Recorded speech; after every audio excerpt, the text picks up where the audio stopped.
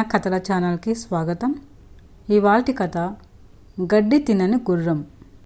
ఒకసారి రాయలవారికి తన అశ్వబలాన్ని పెంచుకోవాలి అనే కోరిక కలిగి వందలాది మేలుజాతి గుర్రాలను తెప్పించుకున్నారు. ఆ గుర్రాలన్నింటినీ కూడా గుర్రపుశాలలో నింపగా ఇంకా చాలా గుర్రాలు మిగిలిపోయాయి. ఆ మిగిలిపోయిన గుర్రాలను ఏం చేయాలా అనే ఒక సమస్య రాయలవారికి వచ్చి పడింది. ఆ సమస్యకు పరిష్కారంగా రాయలవారు అందరితో చర్చించి తన ఆస్థానంలోని వారందరికీ తలా ఒక గుర్రాన్ని ఇచ్చి దాని బాగోగులు చూడాల్సిందిగా చెప్పారు.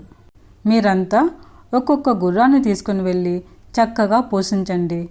దానికి అయ్యే ఖర్చు నిమిత్తం ప్రతి నెల 15 వరహాలు ఇస్తాము. మీరు అవసరం అనుకున్నప్పుడు ఆ గుర్రం పైన స్వారీ కూడా చేసుకోండి.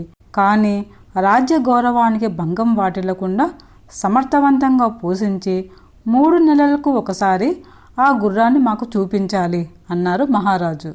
ప్రజలు కరువు కాటకాలతో అలమటిస్తూ ఉంటే వారిని గురించి పట్టించుకోకుండా ఈ గుర్రాలను పోషించే గోల ఏమిటని రామకృష్ణ కవి భావించారు. ఎలాగైనా రాయలవారి కళ్ళు తెరిపించాలి అని ఆయన అనుకున్నారు. రాయలవారు చెప్పారని ఏదో మొహమాటానికి అందరూ గుర్రాలను తీసుకున్నారే కానీ వాటి పోషణ చేయడం అనేది కష్టమని రామకృష్ణ కవి భావించాడు. తనకు ఇచ్చిన గుర్రాన్ని ఒక చీకటి గదిలో ఉంచి 3 అడుగుల ఎత్తులో ఒక కిటికీని ఏర్పాటు చేశాడు. ఆ కిటికీ గుండా తనకు సమయం చిక్కినప్పుడల్లా గుప్పెడు గడ్డిని గుర్రానికి అందిస్తూ ఉండేవాడు. అలా గడ్డి పెట్టినప్పుడల్లా ఆ గుర్రము ఆ గడ్డిని నోటితో అందుకొని తింటూ ఉండేది. రామకృష్ణ కవి పెట్టే ఆ గడ్డితో గుర్రం కడుపు మాత్రం ఏమాత్రం నిండేది కాదు. ఆకలితో అది బక్క చిక్కిపోయింది. నీళ్లకు దానాలకు దాని మొహం వాచిపోయింది. మహారాజా వారు గుర్రం పోషణకిచ్చిన 15 వరహాలను రామకృష్ణ కవి తన ఇంటి ఖర్చులకు వాడుకునేవాడు. చూస్తుండగానే 3 నెలలు గడిచిపోయాయి. అందరూ తమ తమ గుర్రాలను తెచ్చి చూపించమని రాయలవారు ఒకరోజు ఆదేశించారు. ప్రతి ఒక్కరూ గుర్రాలను అందంగా అలంకరించి మరీ చూపించి రాయలవారి మెప్పును పొందారు. రామకృష్ణ కవి మాత్రం గుర్రాన్ని తీసుకొని రాలేదు. అది గమనించిన రాయలవారు రామకృష్ణ పండితుల వారు తమ గుర్రం ఎక్కడా అని ప్రశ్నించారు. మహారాజా, నాకు మీరు ఇచ్చిన గుర్రం చాలా మొండిదండి, చాలా పెంకిది, ఎవరిని దగ్గరికి రానియదు, గడ్డి అసలే తినదండి, అందుకే దాన్ని ఇక్కడికి నేను తీసుకొని రాలేదు ప్రభు అంటాడు రామకృష్ణ కవి. రాయలవారు వెంటనే గుర్రాల శిక్షకుడైన ఒక రాజభటుడిని రామకృష్ణుడి ఇంటికి పంపించాడు. రాజు పంపిన ఆ భటుడికి పొడువాటి గడ్డం ఉంది. ఆ గుర్రం ఎలా ఉందో చూడాలని ఆ భటుడు కిటికీలో తలదూర్చి తొంగి చూశాడు. తన యజమాని గడ్డి వేశాడు కాబోలు అని భ్రమపడిన గుర్రం ఆ గడ్డాన్ని పట్టుకొని లాగడం మొదలుపెట్టింది. భటుడు ఇటువైపు లాగుతుంటే గుర్రం అటువైపు లాగుతుంటే అలా ఇద్దరు ఒకరినొకరు లాక్కుంటూ ఉన్నారు.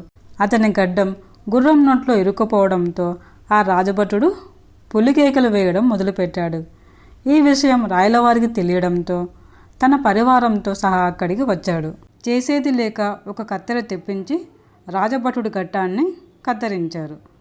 చివరకు గదిలో నుండి గుర్రాన్ని బయటకు తీసి చూస్తే అది బాగా బక్కచిక్కి ఉండడాన్ని గమనించారు రాయలవారు. ఆయనకు రామకృష్ణ మీద చాలా కోపం వచ్చింది.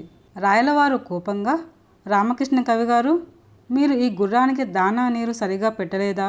అందుకే ఇది బక్క చిక్కిపోయిందా? గుర్రం పోషణార్థం మీకిచ్చిన 15 వరహాలు ఏం చేశారు అని ప్రశ్నించారు మహారాజు. చిత్తం మహారాజా, మీరన్నది నిజమే. గుర్రానికి సరిగా తిండి పెట్టకపోతేనే ఇంత పొగరుగా తయారైంది. ఇంకా మంచి గడ్డి, దానా, నీరు పెడితే బలంగా తయారై ఇంకా మొండిగా ప్రవర్తించేది. అందుకే దానికి తిండి తగ్గించాను. ఆస్థానంలో ఉన్న కవులు, పండితులు, పెద్దలు అందరూ దేశభక్తులే, కానీ అందరూ అశ్వపోషకులు కారని మీకు తెలియజెప్పాలని ఇలా చేశాను. పైగా మన రాజ్యంలో ప్రజలు కరువు కాటకాలతో అల్లాడుతున్నారు. ఈ కరువు సమయంలో వారి జీవితాలను బాగు చేయడానికి ఉపయోగించవలసిన ధనాన్ని ఇలా గుర్రాలపై ఖర్చు చేయడం ఎంతవరకు సమంజసం అని అసలు నిజాన్ని బయటపెట్టారు రామకృష్ణ కవి. రామకృష్ణ కవి యుక్తికి రాయలవారు ప్రశంసించారు. అదే రోజు ప్రజల బాధలను తెలుసుకొని వాటిని పరిష్కరించారు. దాంతో కథ సుఖాంతమైంది.